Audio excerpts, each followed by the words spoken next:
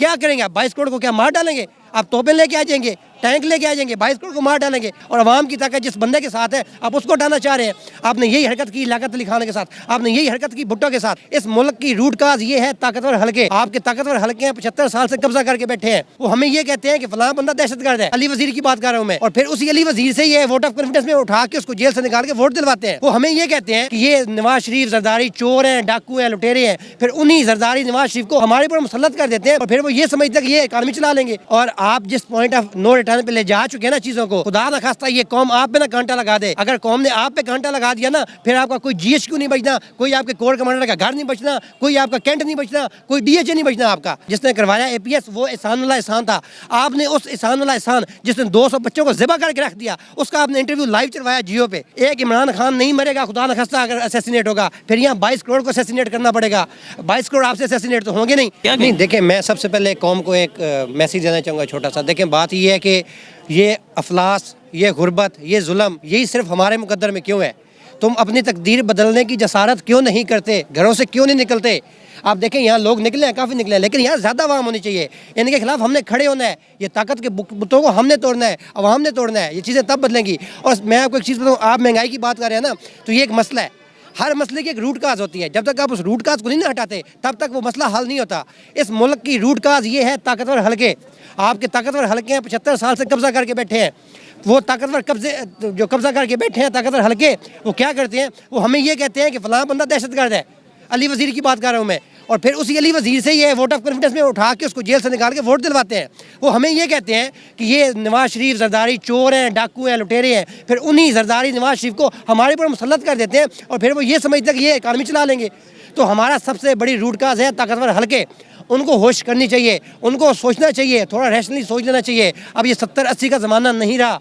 अवाम जाग गई है, हर बंदे के हाथ में मोबाइल है, हर बंदे को फैक्ट्स और फिगर का पता है। तो आप मेहरबानी करें, ये उस मकाम पे ना लेके जाएं कि पॉइंट ऑफ नो रिटर्न पे हम चले जाएं। देखें जी, कांटा लगाता है सिर्फ अल्लाह की ज़ात लगाती है, उसके बाद अवाम लगाती है। और आप जिस पॉइंट ऑफ नो रिटर्न पे ले जा चुके हैं ना चीज़ों को, खुदा ना खास्ता ये कौम आप पे ना कांटा लगा दे। अगर कौम ने आप पे कांटा लगा दिया ना, फिर आपका कोई GHQ नहीं बचना, कोई आपके कोर कमांडर का घर नहीं बचना, कोई आपका कैंट नहीं बचना, कोई DHA नहीं बचना आपका। जिनके ऊपर आप कब्जे करके बैठे हैं उनमें से कोई चीज़ नहीं बचनी। तो कांटा लगाता है अल्लाह की ज़ात, ठीक है। अल्लाह की ज़ात के बाद होती है सबसे बड़ी वो अवाम की ताकत है। और अवाम की ताकत जिस बंदे के साथ है आप उसको हटाना चाह रहे हैं।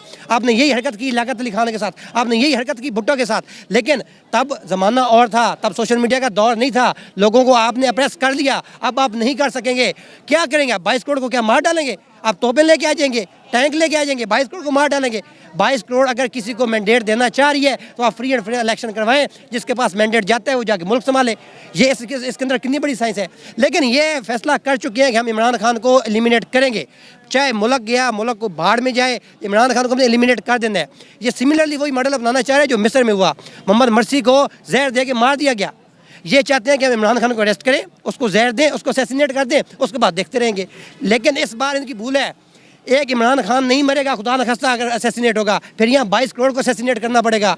22 करोड़ आपसे असैसिनेट तो होंगे नहीं, तो फिर क्या वो आपके खिलाफ खड़े हो जाएंगे? अगर वो आपके खिलाफ खड़े होंगे तो आप कहाँ पे खड़े होंगे? आपका GHQ कहाँ पे खड़ा होगा? आपके कोर कमांडर के घर कहाँ पे खड़े होंगे? आपका कैंट बच पाएगा क्या? तो पॉइंट ऑफ नो रिटर्न पे ना लेके जाए चीज़ों को, अकल के नाखुन ले।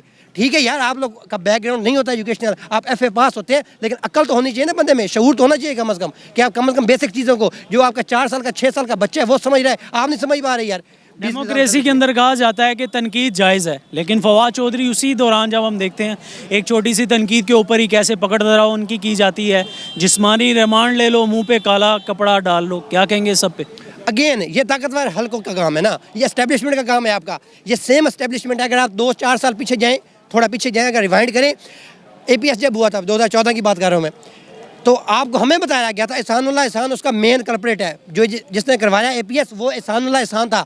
आपने उस एहसान जिसने 200 बच्चों को ज़िबा करके रख दिया, उसका आपने इंटरव्यू लाइव चलवाया जियो पे उसका इंटरव्यू चला। और आपने फवाद चौधरी को, जो कि आपका एक लाख मिनिस्टर रहा हुआ है पीछे, ठीक है, जो एक सियासतदान है, आप उसके मुंह पे काला कपड़ा डाल के ला रहे हैं यार।